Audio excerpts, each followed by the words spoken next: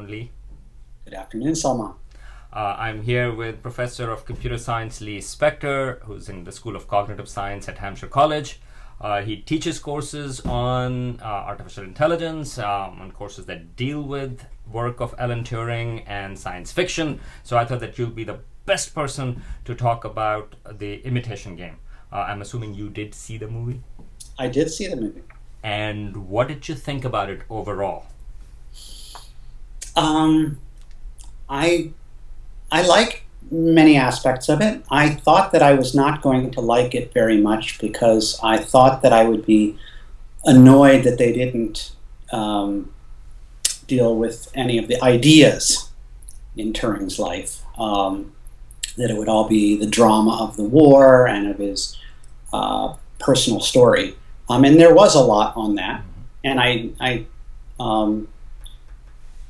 was not. I would have been happier if there were more engagement with his ideas. But overall, I thought it was very well done. I thought it was a well-constructed movie, and it didn't do violence to any of the ideas or get anything terribly wrong as far as I know. I'm not a historian, but in terms of the scientific ideas, mathematical ideas, I thought it was fine. And I'm very glad that his story will be more widely known because of this movie. I think that his contributions to the world were really monumental, and that he's one of the most important figures in the 20th century and one of the most important figures in determining the kind of world that we live in now. And I think that very few people knew much about him at all. So I was very happy to see that this really brings some of that to light. Yeah, I mean, I think recently from what I've been reading about it also, and I think Obama, when he addressed the British Parliament, he actually mentioned sort of like when he was referring to the great British scientists, he mentioned Newton, Darwin, and then Alan Turing. And I think, people don't know much about him. So can you tell us a little bit about sort of like why should we care about Alan Turing? Well, he did a number of different things that were independently very exciting, and only overlap a little bit. What the title of the movie is based on, this Imitation Game, that comes from a paper of his in which he discusses the question about whether machines can think.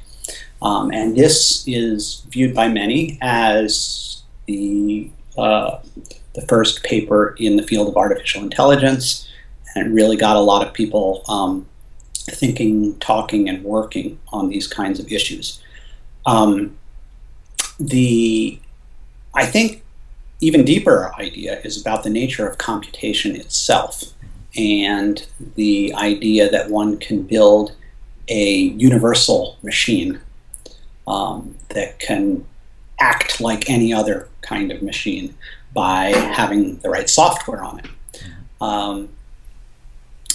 He really developed that idea, mathematicized that idea, was able to prove things about that idea, about what computers can and can't do, something that the movie had a slightest hint of to me. I'm not sure it was even a hint to anybody else if they're not a computer scientist, was about the limits of computing.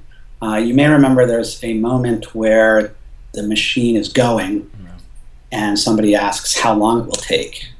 And at least to my mind, I thought he had a little glint in his eye because there's a really profound result that Turing came up with in computer science, that the set of things that computers can and can't do is really quite limited. And the most famous example of what a computer can't do is to tell when another computer program, if another computer program will ever halt. It's called the halting problem. And the unsolvability of the halting problem, which Turing proved, showed that that all computers are fundamentally and rather severely limited in what they can do. And I think this has tremendous implications for computer science and for any society based on computing as we are becoming. Now, that doesn't mean that a computer couldn't do what we do. Because does it mean like we have our own limiting problems in the sense of, I mean, as a parallel, I mean, in that sense? I mean, I believe it does mean that. I believe that, but this is a controversial issue within the field, within a couple fields, in philosophy of mind and computer science and AI. But I believe that we are subject to those same limitations, and that Turing sort of was the first person to be able to ask these kinds of questions in a rigorous way and come up with somewhat startling answers. My take on it would be that computers certainly could be intelligent and have a mind, but that there are nonetheless fundamental and important, and in some ways really unfortunate limits on what any computer can do, including a human brain. Anyway, maybe there was a hint of that in that scene where Alan Turing can't say how long the computation is going to take to break Enigma. I mean, I was just thinking because I mean, occasionally now we are seeing some sort of like more fanciful cosmological ideas where people are talking about sort of like the universe as an information system, or the universe as a hologram, or universe as a simulation. I mean, is it sort of like something as an extension of the way Turing is thinking, or this is an application of Turing's thinking? I'm just curious about it. Like a really big machine to think, like, that hey, you have the whole universe being imagined. I think that this question of simulation is really interesting, and it brings us back to the Imitation Game. I think there's certainly a very clear sense in which you can talk about the universe as a computer, as an information processor. The question is, what does that buy you? What does that lead you to in building other theories about how the universe works? And I think that it is pretty fruitful to think of it that way. One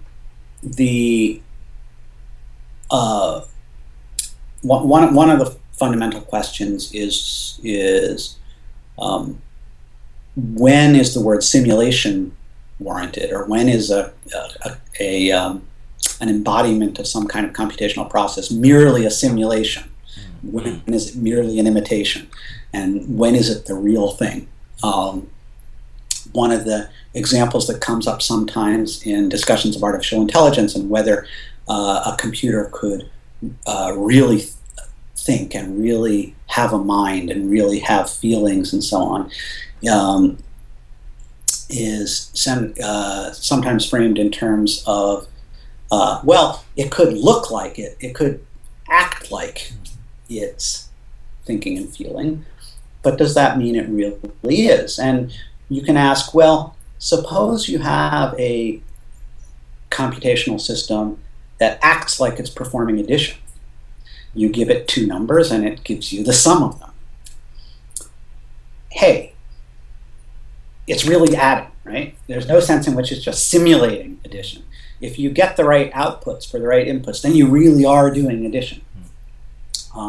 People will say a simulation of a mind can think just in the same way that a simulation of a hurricane will get you wet. It won't. A simulation of a hurricane is still just a simulation. It's not going to get you wet. And the thought among many in the field is that, well, thinking is more like the addition thing than it is like the hurricane thing. Or maybe another way to think about it is, if you're gonna do a simulation of a hurricane, you got to simulate the getting wet part too. Right. And once you simulate all those parts, it's no longer just an imitation. It is the real thing. The question is, when does imitation become so good that the word imitation is no longer appropriate? Now, Turing, in his original paper, he actually dismisses right off the bat the idea that it's even a really meaningful question to ask if machines can think. He tries to get to some sort of pragmatic and meaningful questions about what machines can and can't do. And he says about machines thinking that he would predict after a certain time, which is around now, that one wouldn't be contradicted if one spoke of the machine as thinking. He actually predicted that by the end of the last century. And I think he was basically right, that people talk about their computer thinking, or even their phone now. My phone thought that you were calling, but really it was somebody else, and it was confused. But, we use those words. Right. And that's a sort of concrete... But Turing would say that we wouldn't, but that's not the right question to ask whether the machines can think or not, but rather what the machines can do. Yes. Right? Exactly. Yes. Okay. That is correct. And so within the contemporary context, okay, so is it the wrong thing to say that we do think that computers are thinking? Is it an irrelevant thing? I think the more important thing is to have a sense of what computers can and can't do. And based on the similarity of what they can and can't do to what people can and can't do,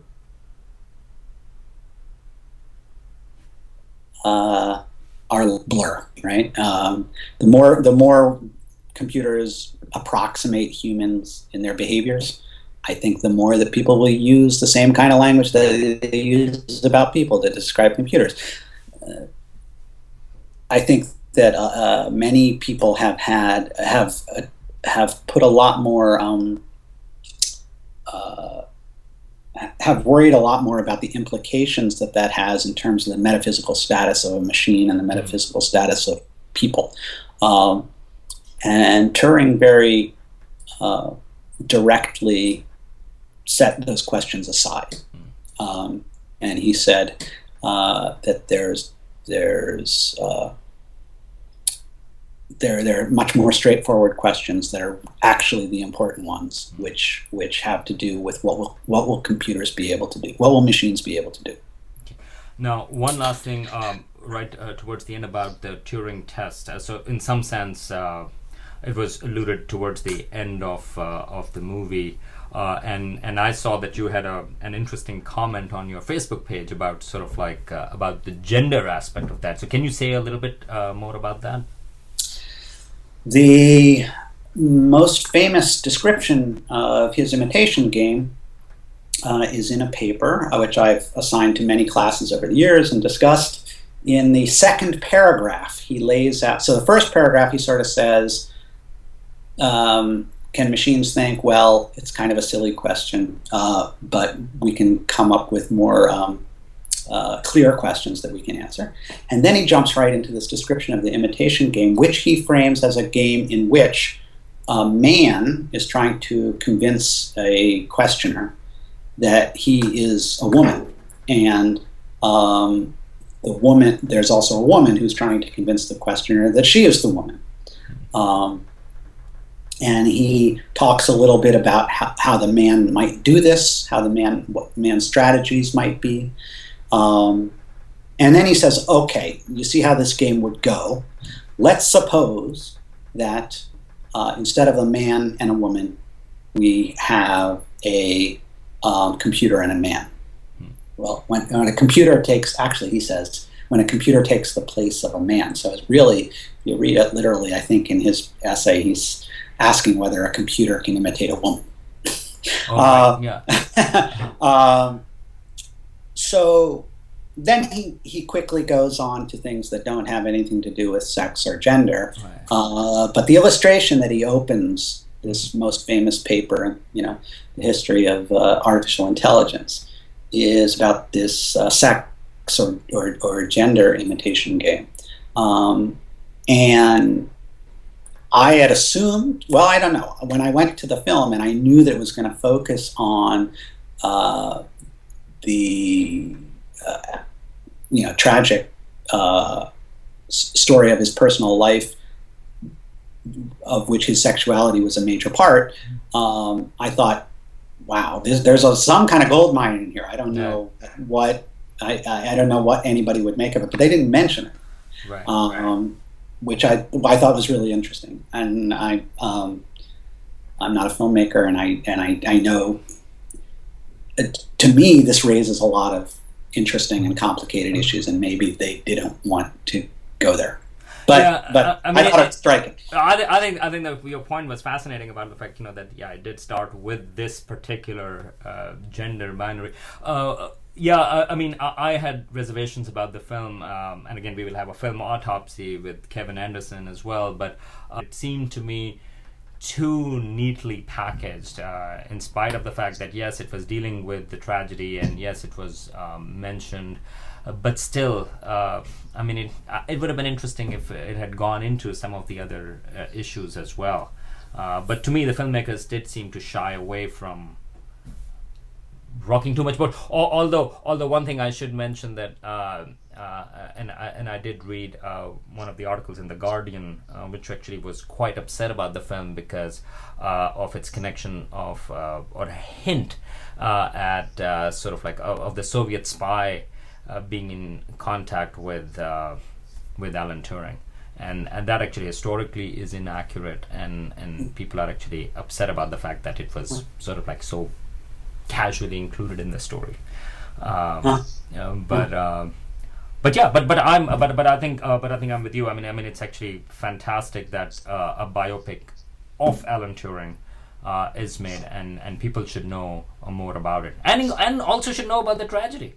I mean, what the government was doing, I think that was reprehensible, and it ended up we all lost in some sense a genius at age 41.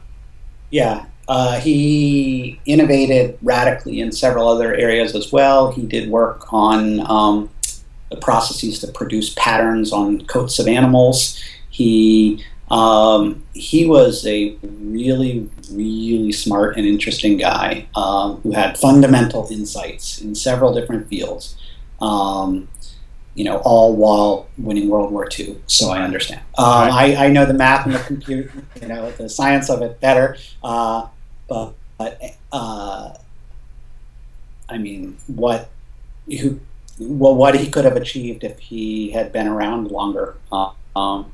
And how he would have thought about the internet, for example, sort of like the competition, the way things are going now, and the computers later on. I think it would have been fascinating to think about that. Well, in many ways, he clearly had in mind ideas of computation back in the 40s that most of the world still doesn't have. Right. But if any of us, the mainstream culture sort of got the idea of what computation could be only decades later. So I'm actually less interested in what he would think of the internet than what the computers, 30 years from now, that he would know what they'd be like. Maybe not, but he was really so far ahead. When we read his papers now about AI or about the nature of universal machines, any machine can imitate any other machine. So that's another sense of the imitation game. Okay, and that idea of universal computation is absolutely crucial to the modern world.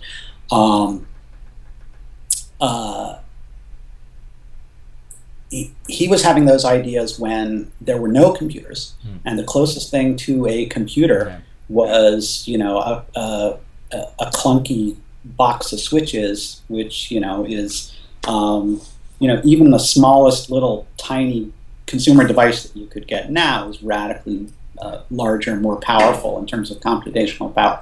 So somehow he was able to make these enormous leaps about the nature of computation and the nature of technology.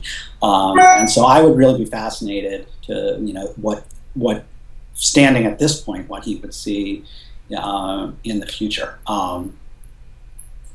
But we won't know. All right.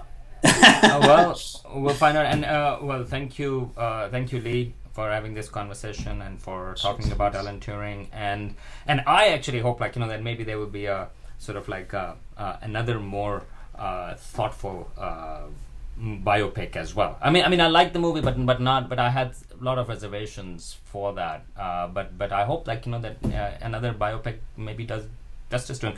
Benedict Cumberbatch was awesome. I thought he Yeah, was very I good. thought he was awesome too. Now, I don't know about the history with the Russian spies. I also don't know about the other characters, the female lead, if that's a real character. I just don't know. I would love a movie that really focused on the nature of intelligence and computation, which this one did not do. Right. It gave little hints, and it didn't do anything terrible with those ideas. They I were think sort of like if you- slapped onto them. I mean, like, especially like about the imitation aspect that was towards the end. Yeah. And I think they could have done a better job. But they did mention sort of like I thought the working of the computers, and as you mentioned, there were hints of that when the computer, how long is it going to think and stuff like that for the computer, how long it's going to take for it to guess. I thought those were well done. Those were good. And it was good to see the giant machine. I thought that was actually like, get an idea. Yeah. That was actually very good. All right. Well, enjoy the cold wind chill that's coming our way, and I will talk to you later. Thanks.